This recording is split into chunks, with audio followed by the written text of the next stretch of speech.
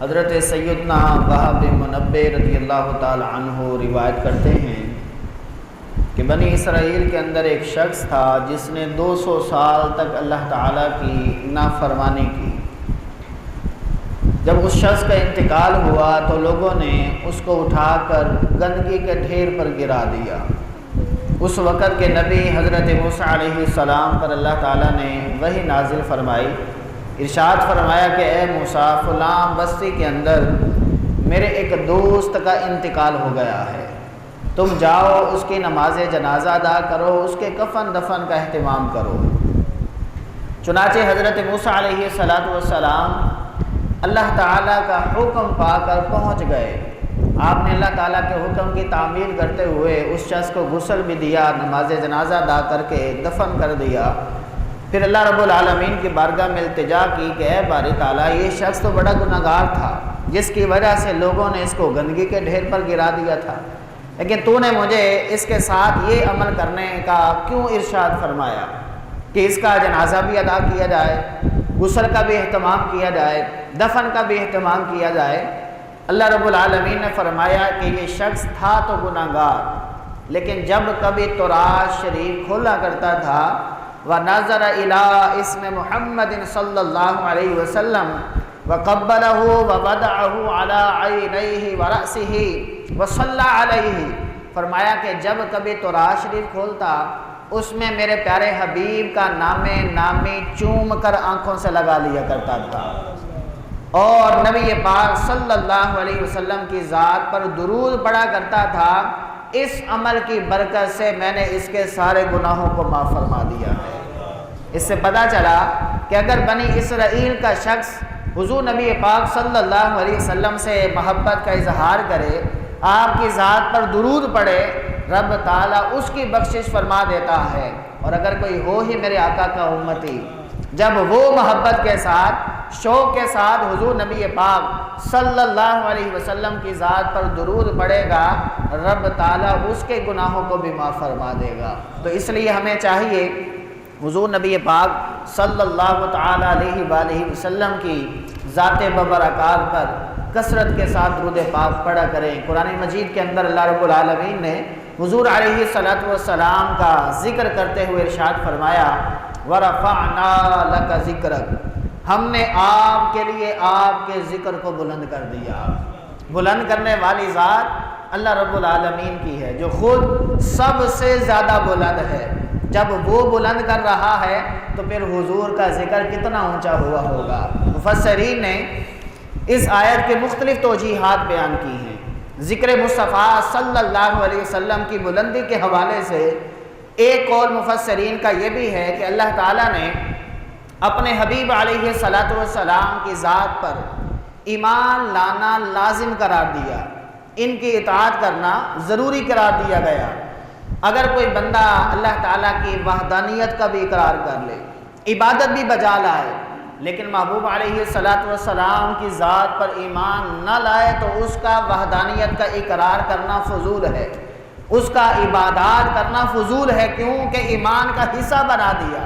نبی پاک صلی اللہ تعالی علیہ وآلہ وسلم کی ذات کو تسلیم کرنا، حتیٰ کہ اللہ رب العالمین نے کل انبیاء کرام علیہ السلام سے بھی اپنے محبوب علیہ السلام کی ذات پر ایمان لانے کا عہد فرمایا، لَتُؤْمِنُنَّ بِهِ وَلَتَنْصُرُنَّ۔ اس کا مطلب یہ ہے کہ تم اس محبوب علیہ السلام کی ذات پر ایمان بھی لانا اور ان کی مدد بھی فرمانا۔ اس سے پتہ چلتا ہے رب تعالیٰ نے اپنے محبوب علیہ السلام کا یوں بھی ذکر بلند فرمایا اور ارشاد فرمایا مَن يُطِعِ الرَّسُولَ فَقَدْ أَطَاعَ اللَّهَ، جس نے رسول کی اطاعت کی گویا کہ اس نے اللہ کی اطاعت کی۔ تو اس سے کیا پتہ چلتا ہے رب تعالیٰ نے اپنے محبوب علیہ السلام کا ذکر بلند کر دیا ہے۔ اور حضرت آدم علیہ السلام نے جب اللہ تعالیٰ کی بارگاہ میں وسیلہ پیش کیا تھا، آپ سے لغزش ہوئی تھی، 300 سال تک دعائیں مانگتے رہے، لیکن جب یہ عرض کیا اللہم انی اسألک بحق محمد صلی اللہ علیہ وسلم، میں تیری بارگاہ میں سوال کرتا ہوں محمد صلی اللہ تعالی علیہ وآلہ وسلم کے وسیلے کے ذریعے اللہ رب العالمین نے آپ کی توبہ کو قبول فرما لیا، لیکن ساتھ فرمایا کہ اے آدم یہ تو بتاؤ تمہیں اس نام نامی کا پتہ کیسے چلا، اس کا معلوم کیسے ہوا؟ جناب آدم علیہ السلام عرض کرتے ہیں باری تعالیٰ جب تو نے مجھے پیدا فرمایا میں نے جنت کی سیر کی، جنت کے درخت کے ہر پتے پر تیرے نام کے ساتھ تیرے محبوب کا نام لکھا ہوا تھا، عرش کے پایوں پر تیرے محبوب علیہ السلام کا نام تیرے نام کے ساتھ لکھا ہوا تھا، جس کی وجہ سے میں پہچان گیا۔ تو علماء فرماتے ہیں آدم علیہ السلام کی پیدائش سے پہلے اللہ رب العالمین نے اپنے محبوب کے نام کو بلند کر دیا تھا، آپ کے ذکر کو اب سے نہیں ازل سے محبوب علیہ السلام کے ذکر کو بلند کر دیا۔ اس لیے تو یہاں مطلقاً ارشاد فرمایا وَرَفَعْنَا لَكَ ذِكْرَكَ، آپ کے لیے آپ کے ذکر کو بلند کر دیا ہے، صیغہ ماضی کا استعمال کیا، یہ نہیں کہ ہم کر دیں گے بلکہ فرمایا کر دیا۔ اس لیے ازل سے لے کر اب تک میرے حضور علیہ السلام کے چرچے ہوتے رہیں گے۔ جب یہ آیہ کریمہ نازل ہوئی وَرَفَعْنَا لَكَ ذِكْرَكَ، جناب جبریل امین علیہ السلام حضور نبی پاک صلی اللہ علیہ وسلم کی بارگاہ میں حاضر ہوئے، عرض کرتے ہیں یا رسول اللہ صلی اللہ علیہ وسلم اللہ تعالیٰ نے آپ کے ذکر کو آپ کے لیے بلند کر دیا ہے۔ میرے آقا کریم علیہ السلام نے فرمایا کہ اس کی وضاحت کیا ہے؟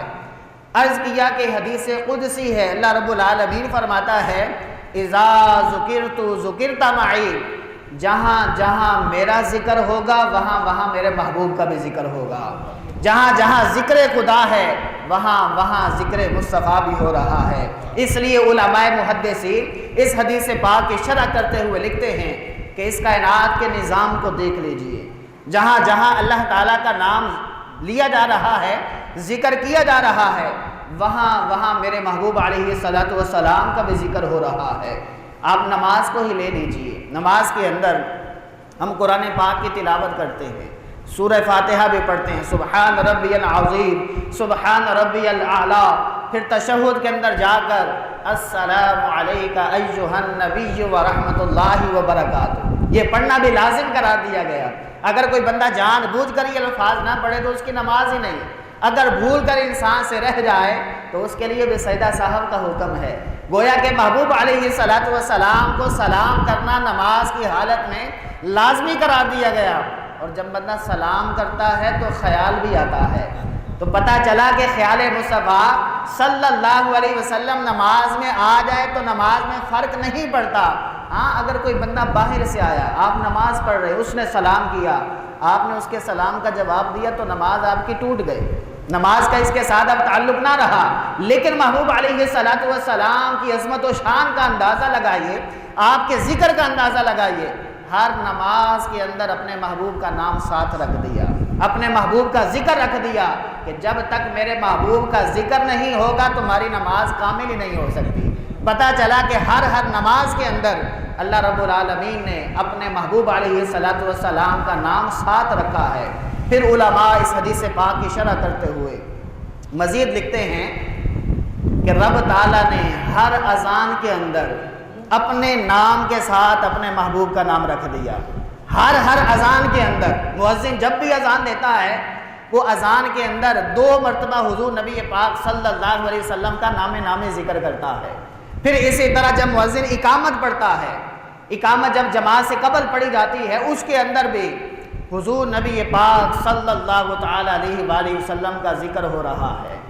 اب ایک مسجد کے اندر 5 وقت کی اذان ہو تو 5 وقت کی اذان میں 10 مرتبہ حضور کا ذکر ہو رہا ہے، 5 وقت کی اقامت ہو رہی ہے اس کے اندر 10 مرتبہ حضور نبی پاک صلی اللہ تعالی علیہ وآلہ وسلم کا ذکر پاک ہو رہا ہے۔ یعنی کہ عام مسجد کے اندر صرف اذان و اقامت کا اعتبار کیا جائے تو 20 مرتبہ حضور نبی پاک صلی اللہ علیہ وسلم کا نامی لیا جا رہا ہے، آپ کا ذکر ہو رہا ہے۔ اگر اس پوری کائنات کی مساجد کا اندازہ لگایا جائے، اس کائنات کے اندر کتنی مساجد ہیں، اگر ہم اپنے طور پر ایک فگر مقرر کر لیں کہ 50 لاکھ مساجد ہیں تو 50 لاکھ مساجد میں اگر 5 وقت کی اذان ہو، 5 وقت کی اقامت ہو ہر مسجد میں 20 مرتبہ اذان و اقامت کے اندر حضور علیہ الصلوۃ والسلام کا نام لیا جائے تو 50 کو جب ہم 20 سے ضرب دیں تو یہ 10 کروڑ بن جاتا ہے۔ یعنی کہ 24 گھنٹوں کے اندر صرف اذان و اقامت کے اندر رب تعالیٰ نے اپنے نام کے ساتھ اپنے محبوب کے ذکر کو بلند کر دیا ہے۔ تو پھر کیوں نہ کہا جائے وَرَفَعْنَا لَكَ ذِكْرَكَ کہ ہم نے آپ کے لیے آپ کے ذکر کو بلند کر دیا ہے۔ پھر اسی طرح یہ ایک وقت کی بات نہیں ہے۔ آج اگر یہاں ظہر کا وقت ہے تو کسی ملک کے اندر اسی عین وقت میں عصر کا ٹائم ہو رہا ہوگا، کہیں لوگ مغرب کی نماز ادا کر رہے ہوں گے، کہیں نماز عشاء، کوئی تہجد پڑھ رہا ہوگا، کوئی اشراق و چاش پڑھ رہا ہے، کوئی فجر کی نماز پڑھ رہا ہے۔ مختلف اوقات ہیں، مختلف دنیا کے اللہ تعالیٰ نے ایام اور مختلف حصوں کے اعتبار سے اپنے ذکر کو بھی بلند کیا، اپنے محبوب کے ذکر کو بھی بلند کیا۔ اگر اذان و اقامت میں ہر روز 10 کروڑ مرتبہ میرے محبوب علیہ الصلوۃ والسلام کا ذکر ہو رہا ہے تو پھر نماز کے اندر کتنا ذکر ہو رہا ہوگا۔ نمازی نماز ادا کرتے ہیں، ہر 2 رکعت پر تشہد پڑھا جاتا ہے، السلام علیکہ ایھا النبی ورحمۃ اللہ وبرکاتہ کے الفاظ پڑھے جا رہے ہیں، گویا کہ ہر 2 رکعت پر میرے محبوب کا ذکر ہو رہا ہے، ذکر مصطفیٰ ہو رہا ہے۔ پھر ایک شخص نے یوں بھی کہا کہ ہم تو اس بات کو نہیں مانتے، ہم قرآن پاک کی آیات سادی جو ہیں وہ پڑھ لیتے ہیں، جن میں حضور کا ذکر آتا ہے ہم وہ پڑھتے نہیں۔ وہ بزرگ واقعہ سنا رہے تھے، فرما رہے تھے کہ اگر بندہ نماز بھی پڑھے تو نماز کی حالت میں قرآن کی تلاوت کے اندر بھی میرے حضور کا ذکر آ جاتا ہے۔ وہ بزرگ فرمانے لگے جب بندہ قاری قرآن یا امام مسجد یا ویسے تلاوت کرنے والا قرآن پاک کی یہ آیت پڑھے یا ایھا المزمل تو ذہن کدھر جائے گا؟ مصطفیٰ کریم صلی اللہ علیہ وسلم کی بارگاہ کی طرف جائے گا۔ اگر وہ یہ پڑھے یا ایھا المدثر ذہن مصطفیٰ کریم صلی اللہ علیہ وسلم کی ذات کی طرف جائے گا۔ اگر نماز کی حالت میں یہ آیت پڑھ دے وما ارسلناک الا رحمۃ للعالمین ما کان محمد ابا احد من رجالکم ولکن رسول اللہ وخاتم النبیین، اگر یہ پڑھ دے یا ایھا النبی انا ارسلناک شاہدا ومبشرا ونذیرا، ان ساری آیات سے ذہن خیال مصطفیٰ کی طرف جا رہا ہے، حضور نبی پاک صلی اللہ علیہ وسلم کا ذکر ہو رہا ہے، چاہے وہ خیالوں کے اندر حضور نبی پاک صلی اللہ علیہ وسلم کی بارگاہ میں جا رہا ہے۔ تو اس شخص نے کھڑے ہو کر کہا کہ ہم تو یہ آیات نماز میں پڑھتے نہیں۔ فرمایا کہ پھر تم کیا پڑھتے ہو؟ کہا ہم قرآن کی وہ آیات پڑھتے ہیں جن کے اندر فقط توحید کا ذکر ہے، جس میں فقط اللہ رب العالمین کی شان کو بیان کیا گیا ہے۔ اس بابا جی نے فرمایا کہ بتاؤ کون سی آیت پڑھتے ہو؟ کہا کہ ہم سورہ اخلاص پڑھتے ہیں۔ کہا کہ پڑھ کے سناؤ۔ کہا قل هو اللہ احد۔ کہا کہ ترجمہ آتا ہے؟ کہا جی بالکل آتا ہے۔ فرمایا کہ ترجمہ سناؤ پھر کیا بنتا ہے اگر خالص توحید کی تم بات کرتے ہو کہ ہم صرف وہ آیات پڑھتے ہیں جن کے اندر صرف خدا کا ذکر ہو رہا ہے۔ فرمایا کہ پتہ ہے اس کا ترجمہ کیا بنتا ہے؟ کہنے لگا حضور آپ ہی کر دیجئے۔ فرمایا کہ لفظ قل کا مطلب یہ ہے اے محبوب آپ فرما دیجئے۔ قل کا مطلب یہ ہے کہ اے محبوب آپ فرما دیجئے وہ اللہ ایک ہے۔ فرمایا وہ اللہ ایک ہے، یہ جملہ بعد میں آ رہا ہے، میرا حضور کا ذکر پہلے ہو رہا ہے۔ پتہ چلا کہ میرے محبوب علیہ الصلوۃ والسلام کے ذکر سے کوئی نہیں بچ سکا۔ جو مسلمان ہو گیا جب وہ قرآن پڑھتا ہے، کلمہ پڑھ لیتا ہے لا الہ الا اللہ محمد الرسول اللہ، تو ذکر مصطفیٰ ہو گیا۔ رب تعالیٰ نے کلمے کے اندر بھی مسلمان ہونے کے لیے بھی شرط قرار دیا کہ جب بندہ اللہ کا ذکر کرتا ہے اس کے ساتھ اپنے محبوب علیہ الصلوۃ والسلام کا ذکر کرنا اس کے لیے لازمی قرار دیا۔ اس لیے اعلیٰ حضرت فرماتے ہیں وَرَفَعْنَا لَكَ ذِكْرَكَ کا ہے سایہ تجھ پر، بول بالا ہے تیرا، ذکر اونچا ہے تیرا۔ آپ فرماتے ہیں مٹ گئے مٹتے ہیں مٹ جائیں گے آدھا تیرے، نہ مٹا ہے نہ مٹے گا کبھی چرچا تیرا۔ کائنات کے اندر کوئی ایسا لمحہ نہیں آئے گا قیامت تک میرے حضور علیہ الصلوۃ والسلام کا ذکر بلند ہوتا رہے گا۔ جن لوگوں نے حضور نبی پاک صلی اللہ علیہ وسلم کے ذکر کو ختم کرنے کی کوشش کی، وہ خود ختم ہو گئے، جنہوں نے مٹانے کی کوشش کی وہ خود مٹ گئے، وہ نیست و نابود ہو گئے، ان کی نسلیں برباد ہو گئیں، لیکن میرے محبوب علیہ الصلاۃ والسلام کا ذکر قیامت تک بلند ہوتا رہے گا۔ اللہ تعالیٰ نے یہ انسان کو نسیان عطا فرمایا، یہ بھی ایک بہت بڑی نعمت ہے۔ بسا اوقات انسان کا بہت قریبی انتقال کر جائے، والد صاحب کا انتقال ہو گیا، والدہ کا انتقال ہو گیا، بندہ پریشان ہوتا ہے، لیکن یہ پریشانی افسوس کب تک چلتا ہے؟ ہر بندہ جانتا ہے کہ چند دن کا ہوتا ہے، چند ماہ کا ہوتا ہے، پھر بندہ اپنی روٹین میں آ جاتا ہے، اپنے معمولات زندگی کو گزارنا شروع کر دیتا ہے۔ لیکن میرے محبوب علیہ السلام کو دنیا سے گئے ہوئے 1400 سال ہو چکے، لیکن اب بھی میرے حضور کا ذکر ہو رہا ہے۔ اب بھی میرے حضور علیہ الصلاۃ والسلام کو جب یاد کیا جائے، جب ماحول بن جاتا ہے تو ماحول کی تازگی بتا رہی ہوتی ہے کہ 1400 سال نہیں، ایسے لگ رہا ہے جیسے کوئی کل ہی گزر کر گیا ہے۔ یہ میرے محبوب علیہ الصلاۃ والسلام کی عظمت و شان ہے، جنہوں نے حضور علیہ الصلاۃ والسلام کا ذکر کیا، رب تعالیٰ نے ذکر کرنے والوں کا ذکر بھی بلند کر دیا۔ فرمایا فاذکرونی اذکرکم، تم میرا ذکر کرو میں تمہارا چرچا کر دوں گا۔ علماء مفسرین فرماتے ہیں حضور کا ذکر کرنا بھی خدا کا ذکر کرنا ہے۔ حضرت امام جعفر صادق رضی اللہ تعالی عنہ آپ فرماتے ہیں اگر کوئی بندہ ساری رات حضور کی زلف واللیل کا ذکر کرتا رہا، ساری رات چہرے والضحیٰ کا ذکر کرتا رہا، ساری رات حضور علیہ الصلاۃ والسلام کے لعاب دہن کا ذکر کرتا رہا، حضور کے مبارک جسم کے اعضاء کا ذکر کرتا رہا، فرمایا کہ حقیقتاً اس شخص نے رب تعالیٰ کا ذکر کیا ہے۔ آپ فرما رہے ہیں کہ ذکر مصطفیٰ حقیقت میں ذکر خدا ہوتا ہے، جو ذکر مصطفیٰ کرتا ہے رب تعالیٰ اس کو بھی بلندیاں عطا فرما دیتا ہے، لیکن جو ذکر مٹانے کی کوشش کرے، حضور نبی پاک صلی اللہ علیہ وسلم کی ذات کی گستاخی کرے، رب تعالیٰ اس کو دنیا کے اندر بھی نیست و نابود کر دیتا ہے، اور اس کی قبر کے نشانات بھی مٹ جاتے ہیں، قبر کے اندر بھی پھر جہنم کی وادیاں کھول دی جاتی ہیں۔ تو اپنے محبوب علیہ الصلاۃ والسلام سے ہمیں محبت ہونی چاہیے۔ یہی شعر مٹ گئے مٹتے ہیں مٹ جائیں گے عادا تیرے، علماء نے اس کے تحت ایک واقعہ بھی لکھا ہے۔ واقعہ تب پیش آیا جب حضور نبی پاک صلی اللہ علیہ وسلم اعلان نبوت فرما چکے۔ آقا کریم علیہ الصلاۃ والسلام نے مکہ پاک کے اندر 53 سال گزارے، 40 سال تو آپ نے اعلان نبوت ہی نہیں فرمایا، لیکن اس دور کے اندر بھی کفار آپ کو صادق اور امین کے لقب سے یاد کیا کرتے تھے۔ جب اعلان نبوت فرمایا، حضور نبی پاک صلی اللہ تعالی علیہ وآلہ وسلم نے اسلام کو پھیلانا شروع کیا تو کفار اب جامع دشمن بن گئے۔ انہوں نے حضور علیہ الصلاۃ والسلام کے غلاموں کو تنگ کرنا شروع کر دیا، ان کو اذیتیں دینا شروع کر دی، ان پر سختیاں کرنا شروع کر دی، حتیٰ کہ شاب ابی طالب کے اندر 3 سال تک ان کو قید کر کے رکھا، مسلمانوں کو بھوک اور پیاس وہاں یہ برداشت کرتے رہے۔ لیکن کفار بڑے حیران تھے کہ ہم اسلام کو مٹانے کی کوشش کر رہے ہیں، جتنا مٹا رہے ہیں یہ اتنا ہی بلند ہو رہا ہے، جتنا ذکر مصطفیٰ ہم کم کرنے کی کوشش کر رہے ہیں اتنا ہی ذکر مصطفیٰ پہلے کی بنسبت بڑھتا چلا جا رہا ہے۔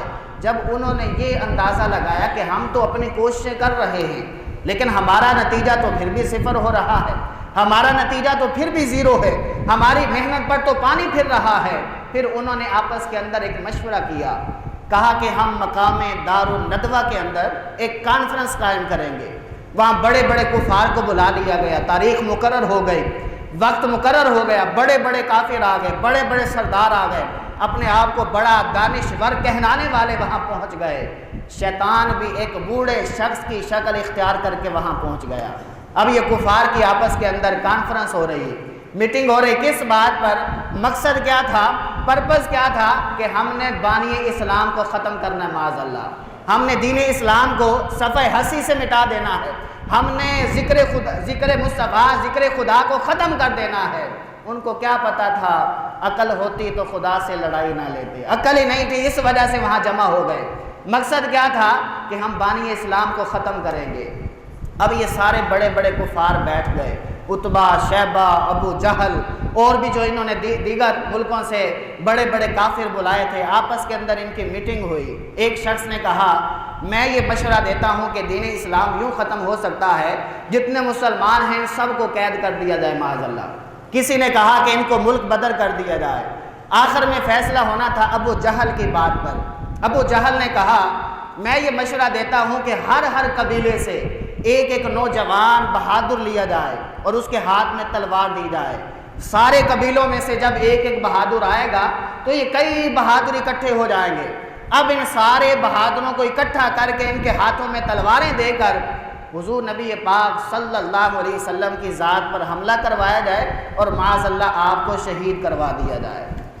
اب وہ کیا جانتے تھے کہ جن کے خلاف تم سازش کر رہے ہو ان کی حفاظت کا ذمہ اللہ رب العالمین نے خود لے رکھا ہے۔ اب یہ سارے کفار سازش کر لی اور انہوں نے آپس میں پلاننگ کر دی اور یہ بات طے ہو گئی کہ ہر قبیلے سے ایک ایک بہادر آئے گا اور فلاں دن کی فلاں رات کو سارے حضور نبی پاک صلی اللہ علیہ وسلم کے گھر کا معاذ اللہ محاصرہ کر لیں گے اور نبی پاک صلی اللہ علیہ وسلم کو معاذ اللہ شہید کر دیا جائے گا۔ چنانچہ یہ سارے سازشیں کر کے اپنے گھر پہنچ گئے۔ جس رات حضور نبی پاک صلی اللہ علیہ وسلم کی ذات پر انہوں نے حملہ کرنا تھا، یہ حملہ کرنے والے سارے بہادر پہنچ گئے اور حضور نبی پاک صلی اللہ علیہ وسلم کے مبارک گھر کا محاصرہ کر لیا۔ حضور نبی پاک صلی اللہ علیہ وسلم اپنے گھر کے اندر موجود ہیں، اتنے میں جناب جبریل امین علیہ السلام حاضر خدمت ہوئے۔ عرض کہ یا رسول اللہ صلی اللہ علیہ وسلم، رب تعالی حکم ارشاد فرما رہا ہے کہ آپ مکہ پاک سے مائیگریشن کر کے مدینہ پاک چلے جائیں، ہجرت فرما جائیں۔ آقا کریم علیہ السلام نے فرمایا ٹھیک ہے، میرے رب کا حکم ہے۔ حالانکہ آقا کریم علیہ السلام چاہتے تو یہ فرما سکتے تھے کہ میں نے یہاں 53 سال گزارے ہیں، لوگ مجھے صادق اور امین بھی کہتے ہیں، 13 سال میں نے اسلام کے لیے بھی وقف کیے اور میں نے طائف والوں سے جا کر پتھر بھی کھائے ہیں، لیکن حضور علیہ السلام کو چونکہ رب تعالیٰ کا حکم تھا اور اس پریشانی کے عالم میں حضور علیہ السلام گھبرائے نہیں ہیں۔ باہر کفار نے حملے کے لیے اپنے تلواروں کو تیار کیا ہوا ہے۔ جیسے نبی پاک صلی اللہ علیہ وسلم نے باہر نکلنا تھا، انہوں نے آپ پر حملہ کر دینا ہے، لیکن حضور نبی پاک صلی اللہ علیہ وسلم آپ بڑے حوصلہ مند فرد تھے۔ آپ علیہ السلام نے جب گھر سے باہر نکلنے کا ارادہ کیا تو سورہ یاسین شریف کی تلاوت کی اور اپنے ہاتھ میں مٹی لے لی، اس مٹی پر سورہ یاسین شریف تلاوت کر کے پھونک ماری۔ وہ کیسا منظر ہوگا یاسین کے چہرے والے نے جب خود سورہ یاسین کی تلاوت کی ہوگی۔ میرے محبوب علیہ السلام نے جب اس مٹی پر پھونک مارا تو وہ مٹی کفار کے چہروں کی طرف گرا دی، وہ ان کے سروں پر جا کر پڑی، ان کی آنکھوں میں گر گئی۔ نبی پاک صلی اللہ علیہ وسلم نے جیسے مٹی کو پھینکا وہ اپنی آنکھیں ملتے رہ گئے۔ میرے محبوب علیہ السلام ان کے آگے سے گزر گئے۔ علماء فرماتے ہیں آقا کریم علیہ السلام تحمل مزاجی کے ساتھ گزرے، کوئی گھبراہٹ نہیں ہے۔ حضور علیہ السلام بھاگ کر بھی نہیں گئے، بلکہ علماء نے تو یہاں تک لکھا نبی پاک صلی اللہ علیہ وسلم اپنے گھر سے نکلے، حکم تو یہ تھا کہ آپ مدینہ تشریف لے جائیے، آپ بھاگے نہیں ہیں بلکہ آپ پہلے بیت اللہ شریف گئے، بیت اللہ شریف کا طواف کیا اور فرمایا کہ اے بیت اللہ، میں تجھے چھوڑ کر کبھی نہ جاتا اگر یہ کفار مجھے تنگ نہ کرتے، اور عرض کیا باری تعالیٰ مجھے واپس بھی لوٹانا۔ پھر اللہ رب العالمین نے 9 سال بعد 9 ہجری کے اندر مکہ فتح بھی کیا اور رب تعالیٰ نے اپنے محبوب علیہ السلام کو عظیم شانوں سے بھی نوازا۔ پھر آقا کریم علیہ السلام چلتے چلتے حضرت ابوبکر صدیق رضی اللہ تعالیٰ عنہ کے گھر میں بھی آئے، کتنی تحمل مزاجی۔ پھر حضور علیہ السلام سفر کرتے ہوئے جب مدینہ پاک پہنچے، مکہ والے لوگ تو حضور کا ذکر مٹانا چاہ رہے تھے، بانی اسلام کو ختم کرنا چاہ رہے تھے۔ رب تعالیٰ نے جب محبوب علیہ السلام کو مدینہ پاک بھیجا تو وہاں لوگ یہ کہہ رہے تھے جاء رسول اللہ، جاء نبی اللہ، جاء حبیب اللہ، جاء رسول اللہ صلی اللہ علیہ وسلم، یعنی وہاں حضور کا ذکر مٹانے کی سازش کی جا رہی تھی، لیکن یہاں جب مدینے آئے تو حضور کا ذکر بلند ہو رہا تھا۔ اس لیے تو اعلیٰ حضرت فرماتے ہیں وَرَفَعْنَا لَكَ ذِكْرَكَ کا ہے سایہ تجھ پر، بول بالا ہے تیرا، ذکر ہے اونچا تیرا۔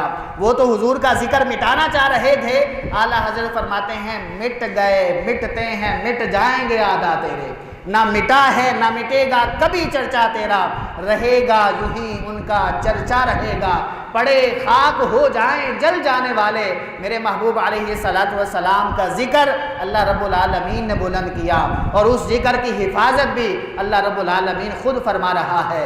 اتنی اعلیٰ شانوں کے مالک مصطفیٰ کریم صلی اللہ علیہ وسلم رب تعالیٰ نے ہمیں عطا فرما دیے، تو ہمیں بھی حضور علیہ الصلوۃ والسلام کا بڑھ چڑھ کے ذکر کرنا چاہیے، حضور نبی پاک صلی اللہ علیہ وسلم کا میلاد منانا چاہیے، حضور نبی پاک صلی اللہ علیہ وسلم کی ذات پر کثرت سے درود و سلام کے گجرے نچھاور کرتے رہنا چاہیے۔ اللہ رب العالمین کی بارگاہ میں دعا ہے عمل کی توفیق عطا فرمائے۔